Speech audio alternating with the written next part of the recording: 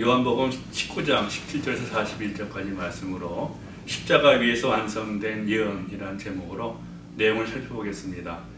로마법을 거스렸다는 증거가 없자 빌라도는 나는 이 사람에게서 죄를 찾지 못하겠다고 거듭말하면서 예수님을 놓아주려고 했습니다. 그러나 유대인들은 율법에 따르면 하나님의 아들이다라고 한 사람은 마땅히 죽어야 된다고 그렇게 주기되어 있다고 주장했습니다. 그래서 빌라도는 나는 그에게서 죄를 찾지 못했으니 유대인들에게 데려다 십자가에 못 박아 죽이라고 그렇게 말합니다. 이와 같이 예수님에 대한 재판은 제대로 증인도 세우지 않은 채 전격적으로 유죄 판결이 내려졌고 즉시로 사형 집행을 하도록 빌라도는 유대인들에게 예수를 넘겨줍니다. 로마 병정들은 예수님을 인계받아서 골고다로 끌고 가서 십자가에 예수님을 못 박습니다. 그러나 이 사건은 하나님께서 주도하신 한치의 오차도 없는 예언의 완성이며 예수님은 힘없는 피해자가 아니라 하나님의 인류 구원 계획의 위대한 완성자이시며 이 세상의 생애를 마감하십니다.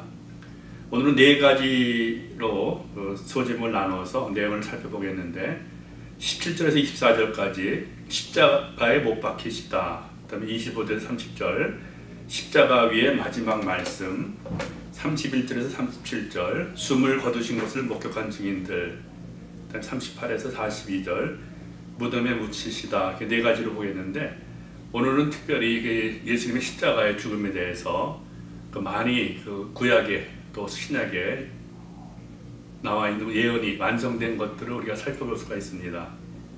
먼저 퀴즈를 보죠. 십자가에 붙은 예수님의 명패 유대인의 왕 나사렛 예수는 히브리 말과 로마 말과 가로 말로 적혀 있었다. 다음 중에 가로 안에 들어가야 될 언어는 20절 말씀이죠.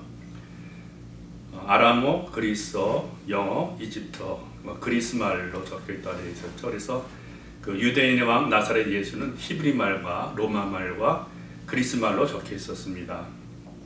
17절에서 14절까지 십자가에 못 박히시다 내용 살펴보겠습니다. 18절, 19절 말씀입니다. 거기서 그들은 예수를 십자가에 못 박았다. 그리고 다른 두 사람도 예수와 함께 십자가에 달아서 예수를 가운데로 하고 좌우에 세웠다.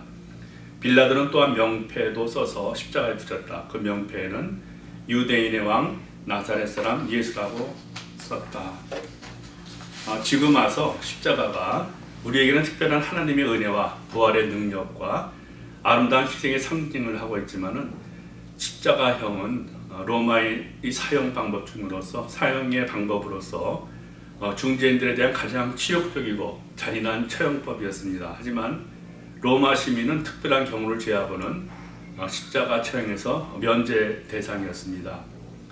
십자가형에 의한 죽음은 오랜 시간이 걸렸습니다. 그것은 심장에서 가장 먼 손과 발의 못을 박음으로써 피가 서서히 흘러나와서 마침내 죽게 되는 것입니다. 36시간 전에 죽는 것은 드문 일이었고 어떤 경우는 9일간 동안 끈다고 합니다. 십자가에서 고통은 굉장히 극심했을 것입니다. 왜 하나님이신 예수님이 굳이 이렇게 잔인한 방법으로 돌아가셨어야 했는지 충분한 이해가 되지 않을 수도 있지만 그만큼 우리의 죄값이 컸기 때문인 것을 알 수 있습니다. 또한 기원전 1000년경에 기록된 다윗의 메시아닉 시편 중에 하나인 22편 그 다음에 700년 전 기원전 700년 전에 사역했던 이사야 선지자의 이사야서 53장 등에 보면은 그림을 보듯이 아주 상세하게 기록되어 있습니다. 이것을 봤을 적에 하나님께서는 오래전부터 이러한 일들을 구체적으로 계획한 것임을 우리가 알 수 있습니다. 시편 22편 1절 보면은 나의 하나님 어찌하여 나를 버리십니까? 이렇게 시작되죠. 또 16절 보면은 개들이 나를 에워쌌으며 악한 무리가 나를 들러 내 수족을 찔렀나이다. 22편을 보면 정말 그 한 절 한 절이 예수님의 십자가 죽음을 이렇게 표시한 것 같이 그래픽하게 이렇게 나타나는 것을 볼 수 있습니다. 또 이사야서 53장 저희들이 잘 아는 구절이죠. 그는 실로 우리가 받아야 할 고통을 대신 받고 우리가 겪어야 할 슬픔을 대신 겪었다. 그가 찔린 것은 우리의 허물 때문이고 그가 상처받은 것은 우리의 악함 때문이다. 그가 징계를 받음으로써 우리가 평화를 누리고 그가 매를 맞음으로써 우리가 병에 나았다. 이와 같이 예수님의 이 세상에서 오셔서 하셨던 그 일들, 특별히 십자가의 죽음에 대해서 아주 상세하게 기록하고 있습니다. 그는 폭력을 휘두르지도 않았고 거짓말도 하지 않았지만 사람들은 그에게 악한 사람들과 함께 묻힐 무덤을 주었고 죽어서 보좌와 함께 들어가게 하였다. 이런 얘기죠. 예수님은 해골이라는 뜻을 가진 골고다, 이게 히브리어죠. 또 십자가를 지고 가셔서 못 박히셨습니다. 두 명의 죄인들도 함께 좌우에 못 박혔죠. 빌라도는 자칭 유대인의 왕이라는 명패 쓸 것을 이라고 명패에 쓸 것을 요구한 제사장들의 말을 무시하고 히브리 말과 로마 말과 그리스 말로 유대인의 왕 나사렛 예수라고 써서 십자가에 붙였습니다. 유대인들이 어떻게 생각하든지 하나님이 이방인을 통해서 예수님이 왕으로 오시는 분이라는 것을 세상에 선포한 것이죠. 이사야서 53장 12절 말씀 보면은 그러므로 나는 그가 존귀한 자들과 함께 자기 목을 차지하게 하며 강한 자들과 함께 전리품을 나누어 가지게 하겠다. 그는 죽는 데까지 자기 영혼을 서슴없이 내맡기고 남들이 죄인처럼 여기는 것도 마다하지 않았다. 그는 많은 사람의 죄를 대신 짊어졌고 죄 지은 사람들을 살리려고 중재에 나선 것이다. 이렇게 말했죠. 로마 병정들은 예수님을 십자가에 못 박은 후에 예수님의 옷을 나누어 가지고 속옷은 이것은 찢지 말고 누가 차지할지 제비를 뽑자 했습니다. 이는 그들이 나의 겉옷을 서로 나누어 가지고 나의 속옷을 놓고는 제비를 뽑았다는 성경의 그 예언을 이루어지게 하려는 것이죠. 시편 22편 18절에 있는 말씀입니다. 나의 겉옷을 원수들이 나누어 가지고 나의 속옷도 제비를 뽑아서 나누어 가집니다. 십자가에 달린 아들 예수를 보는 모친 마리아는 인간적으로 아주 가슴이 찢어지는 듯 했을 것입니다. 30년 전 그가 아기 예수를 성전에 데리고 갔을 적에 시몬이라는 선지자가 마리아에게 칼이 내 마음을 찌를 것이다 라고 예언했는데 그 예언이 바로 이루어지는 것이죠. 두 번째 25절 30절 말씀, 십자가 위에서의 마지막 말씀 내용 보겠습니다. 28절에서 30절 말씀입니다. 그 뒤에 예수께서 모든 일이 이루어졌음을 아시고 성경 말씀을 이루시려고 목마르다 하고 말씀하셨다. 거기에 신포도주가 가득 담긴 그릇이 있었는데 사람들이 해면을 그 신포도주에 듬뿍 적셔서 우슬초대에다 꿰어 예수의 입에 갖다 대었다. 예수께서 신포도주를 받으시고서 다 이루었다 하고 말씀하신 뒤에 머리를 떨어뜨리고 숨을 거두셨다. 예수님께서 십자가에 돌아가시기 전에 남기신 말씀은 모두 7가지입니다. 그러나 요한복음에는 이 중에 3개만 기록되어 있습니다. 첫 번째는 아버지 저 사람을 용서해 주십시오. 저 사람들은 자기네가 무슨 일을 하는지를 알지 못합니다. 그 다음에 내가 진정으로 네게 말한다. 너는 오늘 나와 함께 낙원에 있을 것이다. 요한복음 오늘 본문의 말씀이죠. 예수께서 자기 어머니와 그 곁에 서 있는 사랑하는 제자를 보시고 어머니에게 어머니 이 사람이 어머니의 아들입니다 하고 말씀하시고 그 다음에 제자에게 자 이분이 내 어머니시다 하고 말씀하셨다. 그때부터 제자들은 그를 자기 집으로 모셨다. 그 다음에 엘리 엘리 사박다니 그것은 나의 하나님 나의 하나님 어찌하여 나를 버리셨습니까 말씀하셨죠. 오늘 또 본문의 말씀 그 뒤에 예수께서는 모든 일이 이루어졌음을 아시고 성경을 말씀을 이루시려고 목마르다고 하셨다. 바로 시편 69편 21절의 말씀이죠. 그 다음에 또 오늘 본 말씀 예수께서 신포도주를 받으시고 다 이루었다 하고 말씀하신 뒤에 머리를 떨어뜨리고 숨을 거두셨다. 여기에 다 이루었다 이 말씀 이것은 예수님은 지상에서 모든 생애를 하나님의 계획과 구약의 예언에 따라 다 마치셨고 이제 십자가 위에서 인류를 구원하시기 위한 사역을 다 이뤘다는 그런 말씀이셨죠.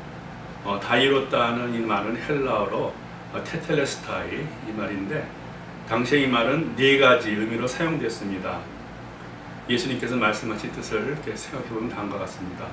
첫 번째, 종과 주인의 관계에서 테텔레스타이라는 말을 쓰는데 맡겨진 일을 완수하였을 때 테텔레스타이라고 말합니다. 예수님께서 성경의 예언을 다 완성하셨죠. 두 번째는 제사장이 쓰는 용어인데 하나님께 드리는 제물이 흠이 없는 온전한 제물일 적에 테텔레스타이라고 말씀합니다. 예수님께서는 바로 사단의 그 죽음을 정복한 그런 흠없는 어린 양이셨죠. 그 다음에 세 번째, 예술가들이 쓰는 말씀인데, 작품이 완성됐을 적에 테텔레스타이합니다. 예수님께서는 구원 사역을 완성하셨죠. 그 다음에 네 번째, 저희들이 잘 알고 있는 상인들이 사용하는 용어인데, 지불 완료, 돈을 완전히 지불했다는 얘기죠. 그래서 예수님께서 죄의 값을 지불하신 이런 내용입니다. 그리고 마지막으로 아버지 내 영혼을 아버지 손에 맡깁니다. 이 말씀이 있죠. 네, 세 번째, 31절 37절 말씀, 숨을 거두신 것을 목격한 증인들. 본문 33절 36절 말씀 보겠습니다. 예수께 와서는 그가 이미 죽은 것을 보고서 다리를 꺾지 않았다. 그러나 병사들 가운데 하나가 창으로 그 옆구리를 찌르니 곧 피와 물이 흘러나왔다. 이 일이 이렇게 된 것은 그의 뼈가 하나도 부러지지 않을 것이다 한 성경 말씀이 이루어지게 하려는 것이다. 예수님의 십자가 좌우의 죄수들의 다리를 꺾은 군병들은 예수께 와서 이미 그가 죽은 것을 보고 그의 다리는 꺾지 않았습니다. 다리를 꺾는 대신에 군병 한 사람이 창으로 예수님의 옆구리를 찔렀죠. 그래서 예수님의 옆구리에서는 피와 물이 나왔다 되어 있는데, 이것이 바로 목격자의 증언입니다. 오늘 본문 35절 말씀에 있죠. 이것은 목격자가 증언한 것이다. 그래서 그의 증언은 참되다. 그는 자기의 말이 진실하다는 것을 알고 있다. 그는 여러분도 믿게 하려고 증언한 것이다. 성경은 목격자들의 진실한 증거를 기록한 책입니다. 예수 그리스도의 제자들은 거짓 증인이 아니고 진실한 증인들이었습니다.